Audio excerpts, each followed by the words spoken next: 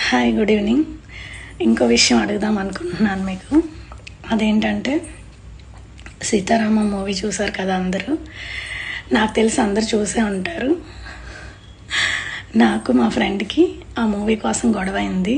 ఎందుకు అంటే, ఆ మూవీలో విలన్ ఉన్నాడు అని నేను అన్నాను, ఆ మూవీలో విలన్ లేడు అని తన వాదన.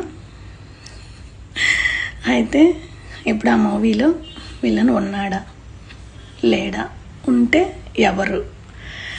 మీరు అందరు చూసే ఉంటారు కనుక నాకు దయచేసి ఒక కామెంట్ చేయండి, ఆ మూవీలో విలన్ ఉంటే ఎవరు అనేది. ఒకవేళ నా తప్పు అయితే కనుక కామ్గా ఉంటే సారీ అయితే అడగండి.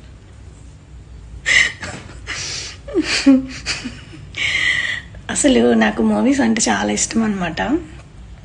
అలాగా రోజు ఏదో ఒక మూవీ చూస్తూనే ఉంటాను. ప్రతిరోజు ఒక మూవీ చూస్తాను. ఓటీటీలో రిలీజ్ అయినవి లేదా యూట్యూబ్లోని ఏవైనా ఓల్డ్ మూవీస్, న్యూ మూవీస్, అలా ఏదైనా చూస్తాను అనమాట. ఇంకా ఈరోజు అదేంటి ఈగల్ రవితేజ అది చూద్దాం అనుకుంటున్నాను. అది ఎలా ఉందో ఒకవేళ వీడియో చేయాలనిపిస్తే రేపు చేసి చెప్తా.